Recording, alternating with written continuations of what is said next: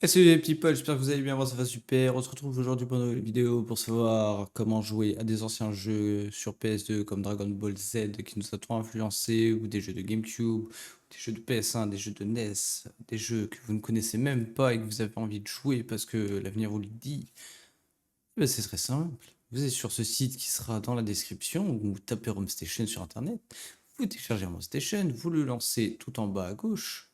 Une fois que ceci est fait, les amis, et ben on se retrouve dessus.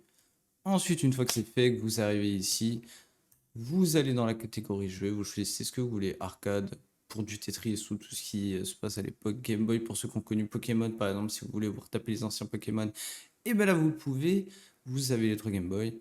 Ensuite, ceux qui veulent passer à plus ancien ou ceux qui veulent passer à plus récent, comme des jeux de PS2, PS1, comme la vidéo que j'ai faite sur Area 51 qui est sur PS2, si vous voulez jouer à ce jeu qui est totalement gratuit grâce à ce logiciel.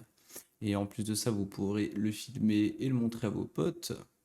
Et ben c'est très simple. Par exemple, moi je vais aller dans la catégorie PC car c'est ce qui m'intéresse. Je vois qu'il y a Pokémon Uranium version que je n'ai jamais joué. Je vais découvrir non seulement des Pokémon, mais une histoire. Trois starters. Et oui, les amis, vous cliquez sur télécharger. Moi, c'est déjà le cas. Sachez que vous avez des forums pour en discuter. Vous avez des lives pour aller discuter directement avec des personnes. Ça vous lance sur Twitch. Vous avez des galeries de photos et il y a tout ce qui concerne des pages notes car bon, c'est un jeu certes très connu, mais vous avez tout ce qu'il faut si vous lancez des speedruns ou n'importe, ou juste pour vous amuser. Une fois ceci fait, vous arrivez sur une fenêtre qui vous mettra tout simplement le téléchargement. Alors sachez que si vous payez, vous passerez premier car oui, il y a des files d'attente. Et secondement, vous ne serez pas limité. Voilà, vous téléchargerez ce, ce jeu en pleine vitesse car il y a des jeux qui sont plus gros que d'autres, vous le savez. Celui-ci, ça va donc tu vois, pour 40 minutes. Mais je peux vous dire que par exemple pour la 51 qui était beaucoup plus long, ça m'a pris entre 6 et 8 heures. Mais bon, comme le logiciel est déjà gratuit, c'est déjà très très bien.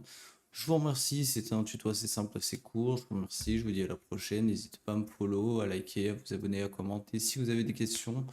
Euh, Ah, j'ai oublié une petite chose, c'est que il faudra paramétrer votre manette ou votre clavier, ce qui est absolument primordial pour que ça marche et que ça fonctionne. Une fois ceci fait, vous pourrez jouer sans aucune lacune. C'est une galère des fois sur certains jeux, comme Area 51, j'avais beaucoup galéré. En tout cas, je vous remercie. Pour ma part, je vous dis à la prochaine. Ciao, ciao.